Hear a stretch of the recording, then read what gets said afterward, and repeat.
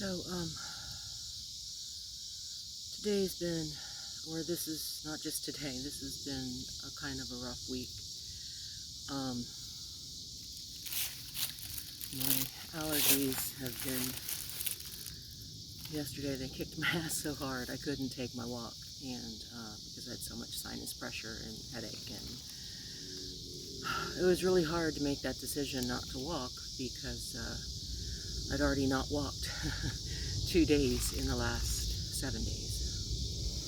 So not walking yesterday meant I was only going to walk 4 days in a 7-day period. And I try to do 5 or 6, but just yesterday it was just so clear that trying to walk was not going to be helpful. I was in pain and discomfort, and so I spent the afternoon and evening working on myself and taking care of myself and doing some things to help make me feel better. And even with all that, I'm still considering it a win because usually my allergies can be problematic all year long.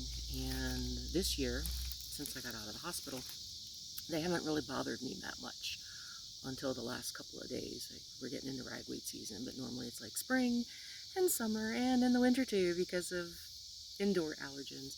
So I'm going to chalk up all these lifestyle changes that I'm making, and getting healthier overall actually is helping my allergies. Sorry about the hand in your face.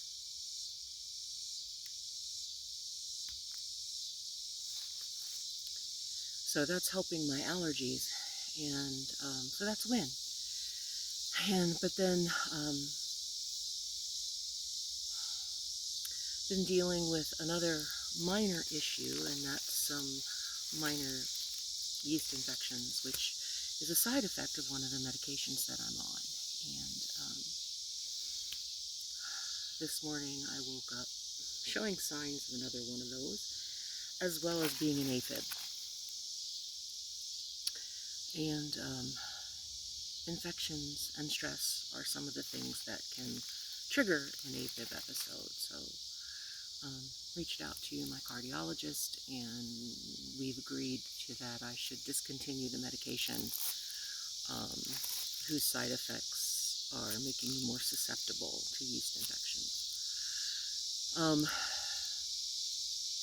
So that's a good thing, because I also noticed that AFib episodes were sort of corresponding with those infections. So between the stress from allergies yesterday on my body and other things, I'm not surprised. And it's difficult being in an AFib episode because it really kicks my ass with reduced energy levels and shortness of breath and mild dizziness, and it's just not fun. And it can be discouraging, but then I remind myself that just, up until May, I was in constant AFib 24/7, and the odds of coming out of that without some sort of major medical intervention or antiarrhythmic medications was slim, very slim. And even with those procedures, staying out of it, the odds of staying out of it were slim. And so the fact that I came out of it at all, and going in the reverse order of the progression normally is people who go in and out of AFib, and then they progress to AFib all the time, and then it becomes permanent. So I'm grateful that I've been able to go the other way, and I'm going to continue to focus on that. And one of the things today was really hard to get out there and do that walk, because I have to resist the temptation when I slip into AFib now. Unfortunately, I'm in normal heart rhythm most of the time, but when I am in AFib, there's a tendency to sort of want to overprotect myself and not walk that day. And then I remind myself that when I first started exercising, I was in AFib all the time. And what I have to remind myself is have realistic expectations, that the pace that I can keep when I'm walking, when I'm in normal heart rhythm, is very different than the pace that I can do when I'm in AFib. And so that's what I did today. I had to go at a really slow pace, which can be a little demoralizing psychologically, and then I remind myself that it's about progress, not perfection, and I'm continuing to make progress. And having realistic expectations that I'm not going to be able to walk at the same speed, at the same intensity, or the same distance every day, depending on where my body is. And the other thing I remind myself is even on my worst days now, like today was a pretty bad day energetically, and taking the walk slow was absolutely the right call, because when I checked my heart rate mid-walk, it was almost up to maximum heart rate. So if I'd been walking faster, that would have not been good for me, because in AFib I'm supposed to exercise, but not strenuously. So, mild walking, things like that. But even on my worst days, today, now, it's still better than my best days 7 months ago, or a year ago, or a year and a half ago.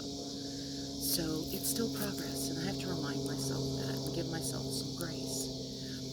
And that's kind of what healing is like, whether you're trying to heal physically, or my body is trying to heal from something, or you're working more mental and emotional, spiritual healing, progression. It's not always, we want it to be, I know, I get it, because I want it to be too, this straight linear line of progression of constantly up and up and up and up and up and up. But that's not really how it works. It goes up and then it goes back down, and then it goes back up and it goes back down. And what you have to look at is the overall trend. What direction are you moving over time, not from one day to the next? And it's challenging, I can't lie. But it's important to keep that perspective on your healing journey, no matter what you're trying to heal. Be kind, be gentle, and have realistic expectations of what you can do and what you can accomplish, and just where you are. And it's okay not to be perfect, and it's okay for your progress to be slow. It's all right.